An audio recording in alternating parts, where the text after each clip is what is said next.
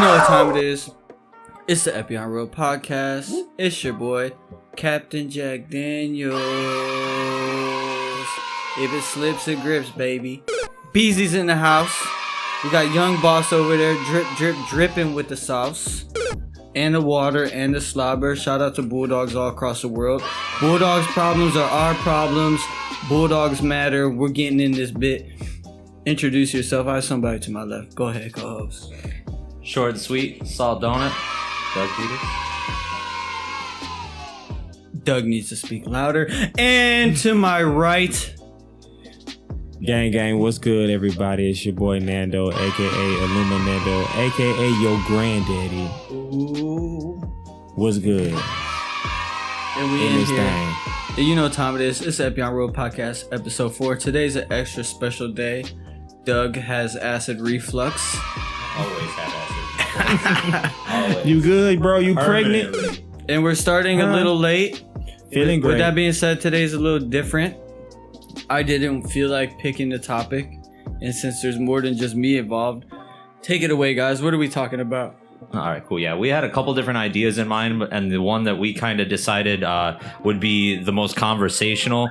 We're going to talk about our favorite Epyon Royal events today.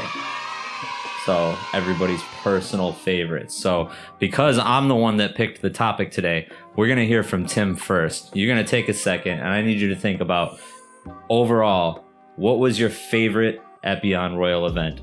Coming from the actual host side. Yeah, what was your favorite overall event? Like in every aspect, the people involved, how it went. the bands and everything? Yeah, like well, And the venue and everything? everything, like your overall favorite event and why. And then after you, Fernando is gonna go, and then I'll go last. Yeah, my favorite event is probably is maybe like a tie between two events. The first part of that is probably ER4. That was at the Detroit pub. That was like the Harrison Township one. It was snowing and like Robbie almost died at. No, that was somebody else's show that we went to in Pontiac. That was gotcha. yeah, this was in what is over there? What is that little hole? What's that town called over there? Over there, east Harrison I'm trying to Township. think. Is that Was where that it is? Harrison Township? No, that's not it. No, over because that's there. not. That wasn't Harrison. What was that like? That's like a little dirtball town over there. Was that like It's like East Point or something? No. It's north. Is north of? Is it technically Roseville? We gotta look this up, Yeah, guys. look it Real up. time. Look it up. But I do remember what you talking Detroit about. pub. Oh, You did know they go out of anything called business? Detroit pub ain't in Detroit. No, they're not. The event was ER4, and that was like one of my favorite events because I feel like we had everything dialed. We had the money to have a venue and have security, and we had a ton of sponsors. I feel like it was the most legitimate event that we hosted that early because we were still hosting a lot of like different skate contests and ragtag events and free events, but those were just sprinkled on top of the ones that were really professionally organized, where we invested a lot of money and time and effort into curating the bands. But I thought that venue was cool because half of it was a restaurant, and then the other half was like a very, very small music venue with a huge stage. So it just had this very strange feeling of like you're at this big event because it has this big stage with like all the good lights and shit, and it's like literally 3 or 4 feet off the ground, whereas most rooms that size, the stage is like a foot. It's like a riser. So it just had this cool vibe. But then like my like whole family came, and they were in the dinner section, and they were hanging out with like my friends' whole families who came, and like it was just like a bunch of people that were just kind of talking about it, and like, oh, like it just kind of made me feel good as like a young business owner, because all these people's parents were like reminiscing about the shit and asking about it, like talking to my mom about it, and it was just like a cool atmosphere. And we made a lot of money. All the bands that sold tickets got paid. I had a partner at the time, and it was 50-50 split, so he got paid. It was just like a cool thing. It was a lot of work to host events, but I was doing that since high school anyway. But on a professional level like that, I had never done that, like got my own venue. I was always like MySpace Cafe, Game Studio, 360, Hayloft, like working with kind of like the sketchier venues. So it was cool to work with like one of the kind of more not official but domesticated venues. It was a strange because we brought metal and all this extra stuff to a place that people order like dinner. Yeah. So it was like we turned they were mad. They never wanted us back. We tried it next year. Like they made money off sales, but like they weren't expecting it to like explode like that. But like that was one of my favorites. We had to throw a guy out into the snow, you know what I'm saying? Somebody had to violate real quick. We had to toss him out. He wouldn't put his hands up. I told him if he could stay if he put his hands up, but he wouldn't put his hands up, so we had to toss him to the curb. Dang, you guys remember that? I remember being there. I was able to make it to that. Doug probably had an excuse that day. He didn't like me enough to show up. What Nah, like some guy like touched I was dating this girl at the time, or at least I think she was a girl. Hey, and Oh no! You're not about to just walk. Right, you can't just nope. You can't just jump over. Anyways. We're coming back to that right Anyways. Trust. Anyways, it it was like in the little VIP area. He bought a VIP pass, and we have free food in there. Energy drinks, water, soda, free chicken fingers, salad, pizza, vegetable trays, fruit trays. Yeah, we had a lot of food there for free if you had the VIP pass. He had one in this girl I was dating. She was in there, and then he like snuck up behind her. He was like behind her, and he was like super fucking drunk, and he like touched her or something. And then like my whole family was like buzzing around me, and like my mom was like, "Don't tell Tim that. Don't tell him later. Don't tell him now, or else this whole thing's gonna blow up." And she ran right over to me and told me immediately. And I was with like 3 people. I thought you were with me, but apparently not. I was with like Robbie, Kyle. There was a bunch of people, and I literally might have been there, but man, this guy denied it. This guy denied it. You were at the event, but I wasn't there, so I don't know if you were like with Tim when he found that out. Yeah, probably not. Yeah, we talked about this same event last podcast. I'm pretty sure. Yeah, so it was like a blizzard. It was literally like 2 feet of snow. It was snowing hardcore all day, the day before, the morning, the night after. So I'm outside. The show's like halfway over. It's dark. And we walked this guy outside. And I'm like, hey, man, like, I'm not going to question this person's word. And they would have no incentive to lie. And I really don't care. All you have to do is apologize. Because this guy was like a customer and he came and he paid for the VIP. Yeah. So I wasn't really trying to violate or something, but he kept denying it. Other people saw it, like people that don't even know I was dating this person were like, yeah, we saw that shit. I don't even know who you are, but yeah, I saw that. So that's what made me be like, all right, cool. If you're not going to apologize, then you could either put your hands up and defend yourself, or you could hit the road. And he hit the road like he should have. But that was like the only real bad thing that ever happened at any of my events. I feel like nothing else ever happened. Like, and it goes to show you how dope that event was, because if that happened at the same time as one of your favorite events, like it didn't even bother me. I was like, all right, get it out of here. Right. Get out of here. Because if he wanted to fight, I was about it, and if he didn't, I didn't care. But you could apologize like a man. If you really did it, then apologize, and if you didn't, then defend yourself. Because I feel like you did. What am I supposed to do? Just, I'm gonna live with that. No, you are gonna live with it, and I'm gonna live with it. But yeah, overall the night was tight. We had everybody was there, like every single person that ever liked me. It was like we never got as much support from like kind of like the organic following, like the immediate circle, as we did on that day. But it was cool. We made a bunch of money and everybody got paid and we got free food and sponsors.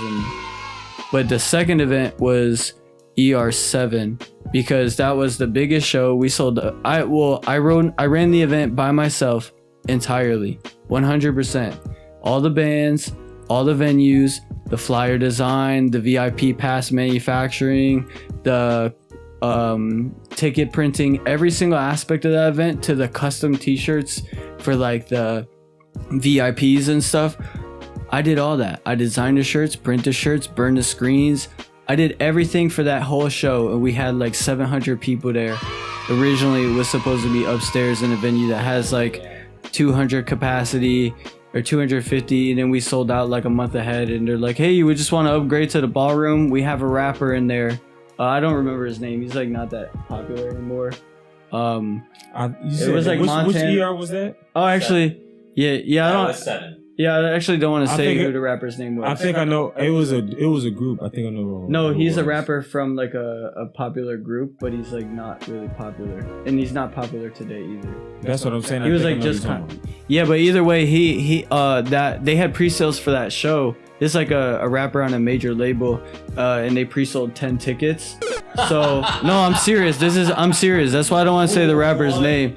Oh my! No, they really pre-sold like. No, 10 you can say if you only sold 10 tickets, you can say it. Nah, cause he got time. He got time to make beef, man. People that don't got money got time. As soon as that record button turns off, I gotta hear this name. Man. All right. Sorry to all Yeah, our we listeners gotta- out there. Y'all ain't gonna hear it. Yeah, we gotta listen if he's Text it to got some me. good plays. But anyways, so they're like, yeah, we'll just move him into the Pike room, and then you guys can have the Crowfoot. And I was like, well, I'm not trying to double my expenses.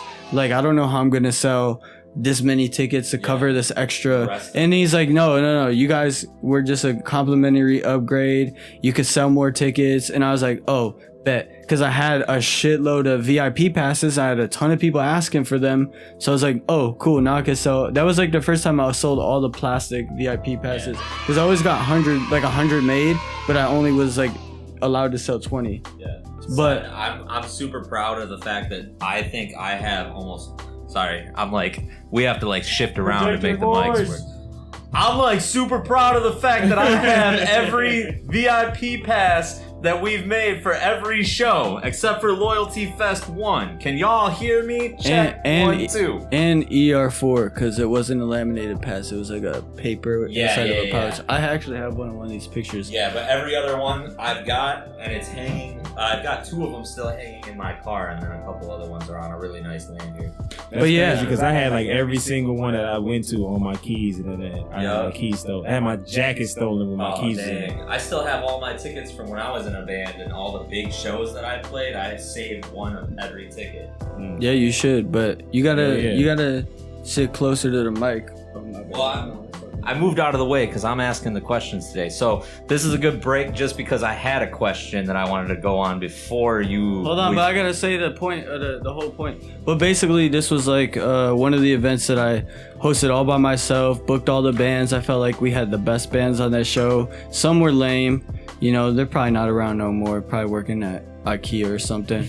But Shit, IKEA. we had mostly good bands, good vibes. Some of the bands made a lot of money. I made a lot of money. The bar made a lot of money. I made a lot of money off my bar percentage, and we moved it like that. And then that was like really kind of my last big event, because ER8, like most of the time promoting that, I was like super depressed. Like my life went through that switch, and I like barely promoted towards the end. We had a full room at the Pike room, but Pike room is only a couple hundred people, But it was cool. I think that event was cool too, because it was like only the core of the core of the core showed up. We didn't really push to those who kind of didn't want to go anyway. We really just kind of pushed to the people that mattered. Did I come to that one? Yeah, you did. So I think it's kind of funny that you said that wasn't as like one of your favorites, because that's actually, spoiler alert, that's one of my favorites for reasons that I'll explain later in this podcast. Just explain it now, because you're gonna go off on a tangent. We need to stick to this. Right, go ahead. Why was that one of your favorites? Why was that? All right, so that was one of my favorites for multiple reasons. So one, that was the first year that I had moved back after all of my traveling with my old company. So it was awesome, because that was the first event in like 3 or 4 years I actually had a hand in. I was like at the office. I was at the office all the time. I was helping with that one. 2, it was on my birthday that year. So I loved it because it was an experience and a memory that I'll always have because of the fact that it was my birthday. And we did have people buying you tons of drinks and shit. No, I didn't drink that whole night. No, I specifically didn't, because I ran the merch booth that night. Yeah, because that was when we were still in talks about me coming and starting to do Eastern Market with you. So that was like our last like trial run before you were like, yeah, we got to do this. But another reason, I'm not going to go too deep into it, but that was the first time that my late cousin had come out and supported the brand. So that's also always a memory that I'll always have too, because like I said, it's my. It was the last show too. Yeah, it was the last. It was the last show. We had a lot of really good experiences. We had a lot of people we hadn't seen in a long time, and like I said, like that was one of the coolest things is my late cousin coming out and supporting the brand and getting to know you and seeing the environment that I had been a part of for like a decade at that point almost. So it was pretty cool. Yeah, RIP, man. You know what? Yeah, you knew my cousin too. I was pretty well. I was just about to say, actually, I was going to pick 7 as my best, but because you mentioned that, ERA yeah, was my you remember favorite. my cousin. He was a good person. Because so that he was an really, awesome person. That was really awesome that he ended up becoming a very important person in my life. He actually elevated something in my life that was very important to me. Yeah. He took me to a next level with something that I hold near and dear in my heart. Yeah. So like, because of that, like, yeah, I gotta give ER8 the best. Yeah, because we had a lot of fun, and you're right, it was a lot. It was nothing but the homies there, like nothing but everybody. And the old homies came through. Yeah, old homies, new, like it was. Like I remember, didn't Steve show up? from- Steve Filou or however you spell. I'm bad at spelling Probably, it. Yeah, probably, I yeah, remember that's he right. showed up too because that was the first time I ever actually like in person met him. Oh yeah, you which guys both had tattoos. Like both like kind of. Well, Steve is in shape now, but at the time it was like both kind of out of shape dudes with like the clean cut haircut, but covered in tattoos and shit. Like, oh, welcome. Like they spoke the same language and It shit. was like like a the movie chubby- Step Brothers. Like, did we Yep. just become best friends? Yup. Do you want to do karate in the garage? Yup. Yeah, when I saw them talking, I was like, I never thought of that shit. I was like, what the hell's going on? How you know him? Like, sometimes you like know people you would never think they would come in contact. I was like, wait, this ain't supposed to happen. But like, even like ER7 was one of my favorite because like my family was there. Besides my grandma, the shit's like too loud for her. But like, remember like your sister was like dancing with my mom and shit. Yep. Like that kind of shit. Like that's the shit that I care about. Yeah, it was like a real family affair. Yeah, but ER8, man. But ER8 was the homie. I forgot Like, it was like about the that. hangout. It was like it was everybody pretty dope. who been supporting, everybody who really like go hard for Epyon Royal was there. Yeah, that's probably the only event that I could definitively talk about as one of my tops, just because like I also, as you were talking, Tim, I had a hard time kind of differentiating and figuring out what my favorite events were, because there's so many things that weren't directly an Epyon Royal hosted event that I associate with as an Epyon Royal event that I think about. Like in all, like obviously one of my favorites, as we talked about in I think the first podcast, the South Carolina trip, because like that was the point where like the wolf pack got like solidified. That was when like it wasn't just like we were all associated with you, Tim, because everybody else hearing this can't see me just pointing my hand. So it wasn't just anymore us associating with you. It was us together for the first time, like in that type of way. So that was a cool experience. Obviously, like I said, ER8, and in all honesty, a lot of the smaller shows were really, really awesome experiences and memories. Like I always loved the pop-up shops that we did at City Coffee House. Those were some of my favorites. Yeah, I love those because there's no pressure. Yeah, like, I didn't care if I sold shit, you know. And I always sold a bunch of stuff, but I didn't care. Like, it was such a fun experience. But then, like, I have such a hard time differentiating too, because like even what we would nowadays call a bad show was cool as hell. Like the one we talked about in one or two podcasts ago about us just like scooping all this stuff in. Yeah, all of us just like we were just scooping shit off the table to pack up and get the hell out of there. Like everyone I have good memories associated with, but definitely ER8 was the top. And I would probably say I think Loyalty Fest 2 that was the one in Ferndale, right? Yeah. Yeah. I love Loyalty Fest too because Yeah. I love that venue. Yeah. Hey, shout out to the Loving Touch. Yeah, I love that venue. Yeah, I remember that. That venue is so Yeah. sick. The vibes are cool. They don't have a ton of staff there. They don't have a ton of security. Like, it's all cool dudes. Shout out to the Loving Touch. We never had a bad time hosting any events there. We never had any issues, any security, nothing getting stolen, any issues with money. So shout out to the Loving Touch. We appreciate you, and hopefully someday we can have another event over there. So yeah, like you said, that venue was absolutely awesome. But another reason, and this is just a weird, tiny little memory that just sticks in my head, is I remember Fernando, when you got there, that was the first time that me and Tim sat down and Tim was like, I want you to run the booth. Like, we actually sat down and planned it for the first time, that I was running the merch. And I specifically remember, I don't know why this memory is what sticks with me for that whole event, but you came up to the booth to try to talk to me for a minute, and I was busy actually, like, you know, in my zone doing my work thing, and you stopped and you were like, man, you're fucking running this shit. But yeah, no, that was a really cool thing, because one, I had a lot of fun, because that was also the first time that my buddy Alex, shout out to Alex, showed up to any Epyon Royal event. And he bought a ton of shit. Yeah, he bought a ton of shit. He bought me like 2 beers too, so like Alex is cool. yeah, Alex is like one of my Shout like out. top 5 favorite people in the world. Shout out to Alex. Yeah. So that was a really cool experience too, because that was like the first time he got introduced to the environment of the brand. Yeah. That was the first time that I was like we made things kind of a lot more serious, Tim and I, with the with my involvement with the brand. And then yeah, like I said, it was overall, like, I would probably say those are my top 2, on top of the fact that like I've got cool memories with all of them. But anyways, the question that I wanted to follow up with you, Tim. No, we gotta ask him his shit.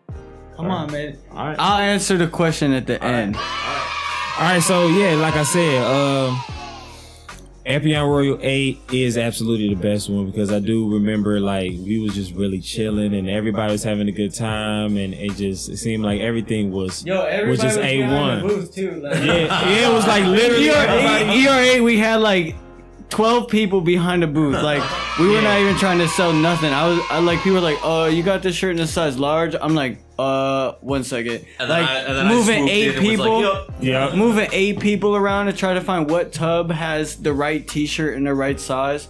Yeah. That was cool. It was like a rap music video, like the Tupac and Snoop Dogg House of Blues, when everybody gets on stage at the end and for no reason just throwing up gang signs. No, like, legit, we had more people behind the booth than there was on stage. Yeah. And we we we're was throwing just like up. wandering back there, like half helping, half not helping. Like, people like, oh, you got this in the small. Yo, but just if turn you around and look- just grab it and just give it to the customer. And it was lit up. Yeah, it was like lightweight working for no reason. Those 2 in a size large for me real quick. Yo, the merch looked like a stage because it was all lit up and shit. We had all the clip lights on there, the rope light. There's like 8 dudes all dressed up, like standing there, like doing this shit. Like, Everybody dudes Epyon got Royal drinks. down. Like, it was like the House of Blues Snoop Dogg, but with like a mixed race people, and then like not really all that gangster at a venue behind like an 8-foot table. Not at all gangster. Gangster. No gangster. Gang. What it is? Phone in. Call the police. anyways, continue, Fernando. But yeah, ERA was definitely the best. But one event I'm gonna mention. I'm not gonna say it's my favorite, but it's an honorable mention. Okay. When me and Tim did that event that my friend Ed Strong put on. That was fun though. Oh, you talking about when I talked? Yes. Like, wait, but what part? The talking part or the little concert after? Where we The saw talking stuff? part. All right, I gotta hear this. Because the reason why I like that, because I felt like out of all of the other people that were there, other people there were a lot more industry than us. Like what? Tell the people, they don't know. It was a lot Tell more. the people, I don't they really don't know. remember. I don't really remember It all was of the details. No. It was an A&R. Explain as if I don't neither remember- of us were there. Okay, was- so I'm trying to remember all the details. I'll tell but you my the little friend Ed details and you Strong- can finish the story. All right, go There ahead. was an A&R from Atlantic Records who works directly with Lil Uzi Vert. There was a representative from Apple Music Hip Hop Division. There was a representative from Def Jam, a local hip hop radio DJ in Detroit, and then me from Epyon Royal. Shouts out to me. I was there with everybody else, and I answered the best questions. But Fernando's already gonna tell you that in his own way. I'm humble, and I would never say that. If there's one person that's humble, it's me, and then Kendrick. I was gonna say, call Kendrick on his ass. Kendrick is number 2. But that's Rap gang. That's why I had to mention that shit though, because it was like, I know this motherfucker from high school, like with the matching underwear and ice creams. You know what I'm saying? Shout out to Pharrell and Reebok. When I remember first meeting you had on skinnies. Mm-hmm. You would rock the skinnies, the super skinnies. Super skinny. Like this is 2006, when it's 2005. When it's not, bro, I was rocking them in 01, the dumb bro. skinnies. 01, that wasn't even cool back then, bro. With the lightweight emo skinnies. Lost Profits was wearing cargo pants, bro. But yeah, Hot Topic wasn't selling tight jeans, bro. I got mine from Diesel. I just remember from sitting up there watching you literally just answering the questions as an entrepreneur and just using your own experience. But at the same time, it was like, yo, I wish I knew this motherfucker literally live on grits. Like this is a real. Like, why is this guy answering all these questions so fluently? And you're like, Yeah. hold on, wait. Since when does he speak this well? Exactly. It was like, yo, this man is really, he's really like TED talking this right now. Like, see that? Hey, everybody, don't let him fool you. Don't let him fool you, guys. he's all smart as fuck right now. Listen, guys. I call fake news. Listen, It guys. wasn't even fake news. It was just like I was just really proud, like real talk. Like I was like, yo, literally every question that you answered was just your experience with the brand, and you learned a lot. And it was like you literally learned all that shit on your own. Yeah. Like you took some classes that probably don't really have much to do with the brand, but you use it in the brand. It didn't teach you how to run a business. It didn't teach you how to run this shit. Yeah. You learned it all on your own. And you know what the craziest shit is, bro? I don't mean to cut you off, but to piggyback on that, all this content shit people talk about today, like all this Gary Vee shit and all this, everybody's a content creator, every single person, bro. Look at my YouTube and Tim Bagwell 321. In like 2005, I was making little videos like that too. Yep. I've always wanted to create. I've always been doing that. I don't care about calling it content because everything I create is just expression. And I was doing that back then. I was doing Friend Blaster Pro, had hundreds of thousands of MySpace followers on some of my bands, and it was all organic. You couldn't even go on YouTube to look up tutorials because YouTube didn't even allow high definition videos. And not only that, but most people didn't even have the technology or know how to upload videos. So basic people trying to do a simple tutorial couldn't just hop on and show you. They had to get a camcorder, film it, put it on the computer, put it on the internet if they had a fast enough connection. So it was like I learned it all by myself, trial and error, like legitimately trial and error over the past 10 years.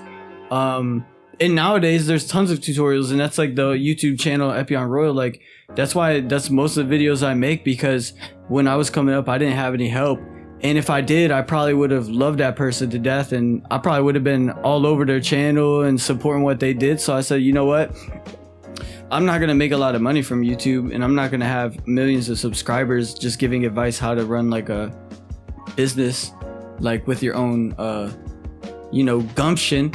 But yeah, it was like all self-learned. But to piggyback off that one thing, listen guys, I went to college. I'm college educated, Dean's List, all semesters of college. Listen guys, don't believe him. My grandma always said, when you're around them folks, speak right. See, that's why we say he's fucking retarded. That's what I'm telling you guys. Oh my god, you so stupid.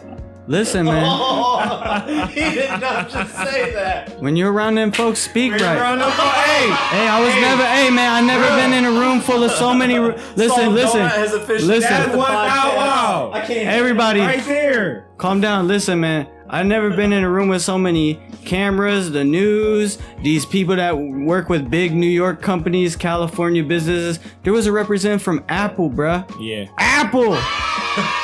When everybody, so I had to come correct. You invited me to this. I'm like, oh, okay, this is gonna be a cool little event. This is gonna be a nice little, you know what I'm saying, kind of talk or kind of keep going. Give them the info. I had to give them the background. And then everybody introduced themselves, and I was like, What the fuck okay. is he doing up on that panel? Let's see how this shit's gonna go. Was it crazy though, for real? It was like I said, bro. It was like I was like, I bet you. It was just crazy because it was like watching almost like a magic show, and I knew the tricks, and it was just like I was like, it really like, especially your advice you was telling people like how pretty much anybody can do, you know what I'm saying, what everybody up there was doing, you know what I'm saying. So it was just tripped out to watch somebody who's literally getting it out the mud, and I know it because I can verify. Like I don't know them other people, so their titles sound really big. I can only imagine how much responsibility, how much work they have to put in to be what they have. But I know what you do, Hey, you wanna know and I know what you work for. You wanna know the crazy? The crazy part is, the whole time I was up there, I was basically beating the drum of like, do it on your own, do it independent. You don't need the label. Everybody up there was talking about the industry, but I was like the wild card. I was like, okay, you know what? I'm gonna tell them how to get it from the dirt first, and then once they get their own little platform, then they could come with some equity to a label and be like, hey, you know, look what I got. I make $1 million on my own. What can you do with me? And then be like, damn, you know, they'll come correct. But it was like I was up there, kind of in a way, like saying the complete opposite of what everybody else was saying up on the panel in a way, but we agreed on some things. But everybody in the crowd wanted to talk to me. When they did the Q&A, everybody wanted to ask me questions. Yep. When everybody wanted to take pictures with me. And the crazy thing is, it's like all those people on the panel gave me their number. They took my number, and I've talked to 2 of them since then. So it's like I was saying the exact opposite of what they were saying, but it wasn't offensive because they were like, oh, this guy actually knows some shit. Real recognize real. And that's what I was saying. That's pretty much what I was saying. Like that event was just like, all right. It was like out of all the events we were doing and all the stuff we did, it was like, oh, okay, yeah, we could really go like super like top notch international with this. That's weird because I didn't think anything of that, and I never really was like, hey, would you think that? Because you know, I don't think like, hey, tell me how good I look. Yeah. I mean, it wasn't even. That's what I'm saying. It wasn't about that. It was just like. When we went, I didn't think it was just gonna be that big, or not necessarily because it wasn't even big. You know what I'm saying? But it was like super exclusive. That's the better word to use. It was like dumb exclusive. Like this was like a well put together, behind the scenes, free food, free drinks, free beverages, free Red free Bull. drinks, free. Like this was like a top. This was like a legit Suits event. People with like legit thousands of followers who were like me. You didn't know, but they were artists who had followings in this room. Wow. You know what I'm saying? Like real followers, like people like, I never heard of you. They'll pull their Instagram up and I'm like, oh, I ain't never heard of you. And who did they want to talk to? Hey, who did they want to talk to though? And everybody wanted to talk to you. That's why I like that event, because I was like, yo, y'all don't know you talking. Y'all just talking to somebody who just got some common damn sense. They called me on the right day, man. I had a big bowl of grits. I was gonna say with some good cheese. Double bowl of grits. I had the government cheese in there, so you know the good mint cheese. Yeah, that Land O'Lakes government cheese. That's the best. That slice, that craft without the logo, but it dries up if you open it too quick. You know? Shit turns dark orange. And what happened? What's that? Aspartame in there? Why did it evaporate? I don't know, but why does cheese shrink 4 times the size? I don't know, but I know I just lay that shit over the top of it. No, you make cheesy potatoes with that shit. That too. Cube them boys up. Cheese and potatoes. All right, so I'm gonna release a secret recipe. It's super simple and it's not all that secret, but it's good as hell. So if you want to make the best cheesy potatoes in the world, you get potatoes, you dice them boys up, you throw them. Wait a minute. Raw, or you boil them first? So you listen. You gotta dice them up, throw them in a pan. Yeah, dice them up, throw them in a pan. Kind of cook them over the oven real quick, and you throw them in a tray. You put some of that government cheese on it, and then you take Lay's baked potato chips and crumble them boys all over it. Throw that boy in the oven. So good. I'm gonna try it. so good. That sound like potato on potato on. It's so good. That Hey, if sound you like, guys want to know where to buy government cheese, and if you're not poor, go to Dollar Tree. First of all, y'all talking about some other shit. I'm talking about real good. Yeah, I'm talking about cheese. I'm talking about Real in the government cheese. brown packaging. You get in the brown packaging. What it look like? Describe it. The brown paper-looking ass packaging with the basic black print on the top, and then it unfolds on the bottom. I know what I'm talking about, bro. I know what I'm talking about, bro. We used to get in a big ass block. It was in a white box. It was white box. The white box. With the little like navy blue or black writing on it. No, I'm telling you, it was made by Land O'Lakes. And you pull off the top. I know it's Land O'Lakes. Yeah. You pull off the top. It's the only thing they make other than butter. Oh yeah, I was talking about the sliced ones. You're talking No. about No. It's that whole block. That's the no. That's the best because you know that shit got like nothing real in it, so that melts perfectly. Yes, you gotta get the block. So good. So the question that I wanted to ask to follow up on all of this for each one of us to answer, directed straight towards an Epyon Royal event, is seeing where we're at in our lives now and where we're at in like the things we know, the experiences we've had. I feel like this question directs a little bit more towards Tim and myself. No, you guys should answer it too. That makes it more interesting. That's what I'm saying. Just wait. So the question that I have is, with the people we are now, the lives we have now, what would you have done different about your favorite Epyon Royal event? For me? For everybody. That's why I said it was directed more towards me and Tim, because we had more of a hand in the event. I probably would have just talked more crap about my local competitors who also. Like, I had so many little promoters locally that couldn't promote their way out of a paper bag. And they always talk crap about me, but I ignored all of them. Could have sent goons on all four with him. But it's like, I don't know. I just kind of wish I would have engaged more in the little tit for tat, like, because it wasn't important. It didn't matter. But, you know, I always try to stay classy and stay above the drama. But, like, on a serious note, something I do differently... It's just book less bands per show and just make sure I'm booking the bands that you know, they're professional, because when you book people that aren't professional, they don't know what to expect. They don't have realistic expectations. You know what I'm saying? Whereas somebody that's a professional, they know why you charge what you charge. They know why you pre-sell tickets and do all that. Whereas when you work with bands that have no followings or no leader, no kind of business sense. No, because it's really just like a bunch of younger people and they're emotional and they don't care about business. But really, it's like 5 years later, they're sad because they're not following their dream. But if you would have put the business aspect into the art aspect, and if you would have looked at it objectively, they could have been on more shows of mine. They listen, most of these local bands, these big shows, that's the biggest crowd they had. Some of these bands that I work closest with, they'll tell you like their favorite show is one of mine. But like, I don't know. Honestly, all jokes aside, I probably wouldn't change anything. For real, like I don't regret where I'm at now, so I don't regret what happened. You know. Okay, that's fair. Plus, we made cake. Cake. Without the icing. Yeah, that's fair. I want the icing. That's fair. So Fernando, being somebody that wasn't as hands-on involved in the events, is there anything you would have done differently in the whole scope of what your involvement of the event was?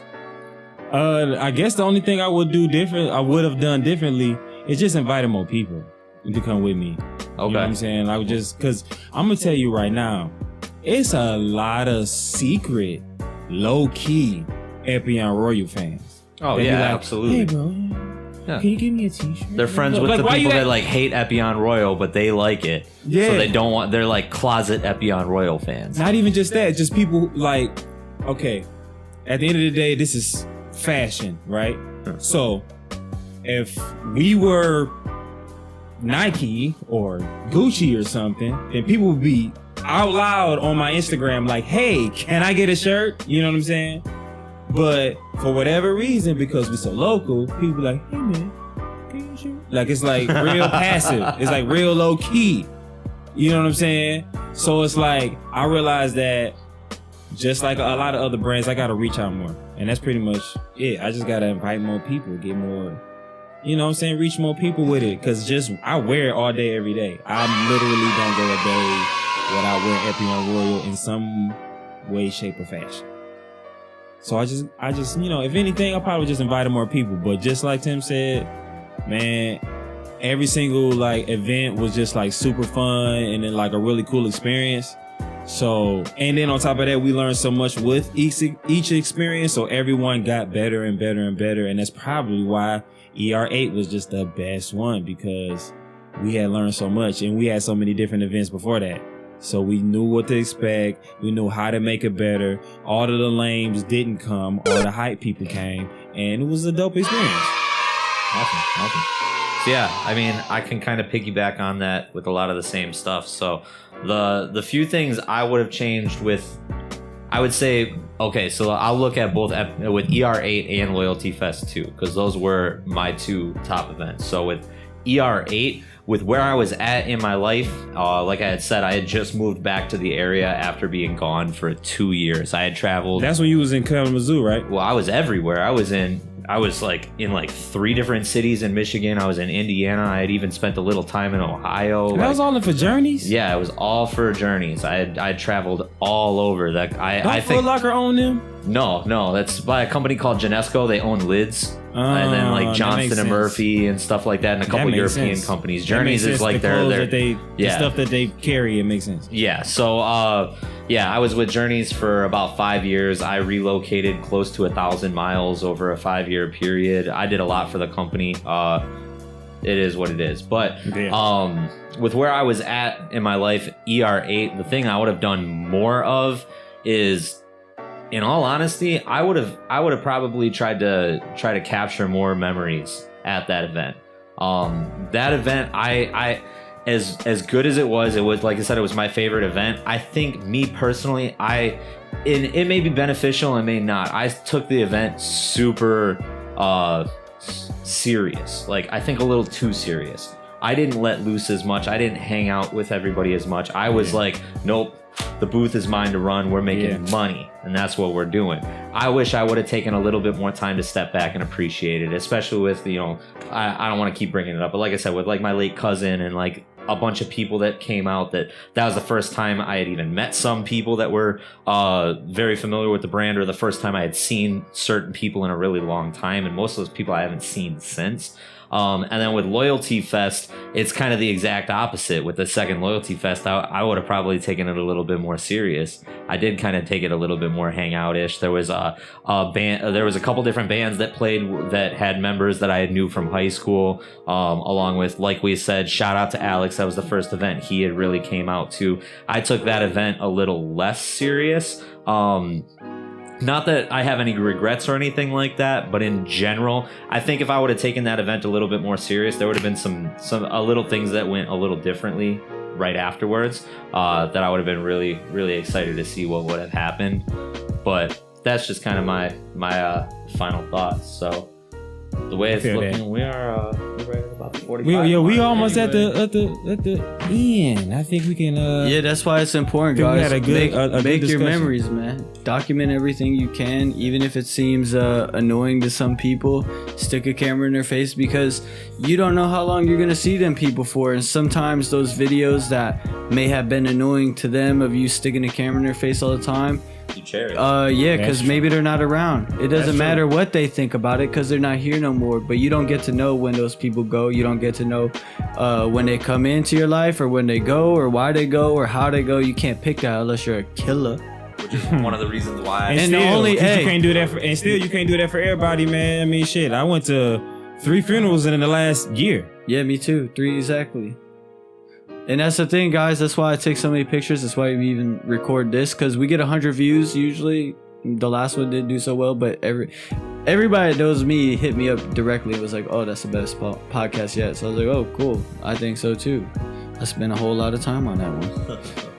So yeah, you never, and it's a cliche, but it's not about like just spending time with people. It's about documenting that, because if you document everything your whole life, then you get dementia. Then you can look back on this highlight reel and be like, wow, this guy that kind of looks like me, but he's younger.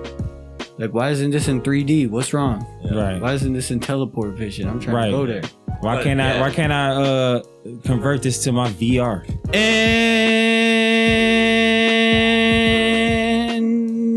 And that's the end of the podcast, guys. We'd like to thank you for showing up to the podcast, putting up with our shenanigans. Real, recognize, real. Shout out to everybody that. I just have one last thing. You know, a question for my enemies of the last 5 years. What's it like to die alone?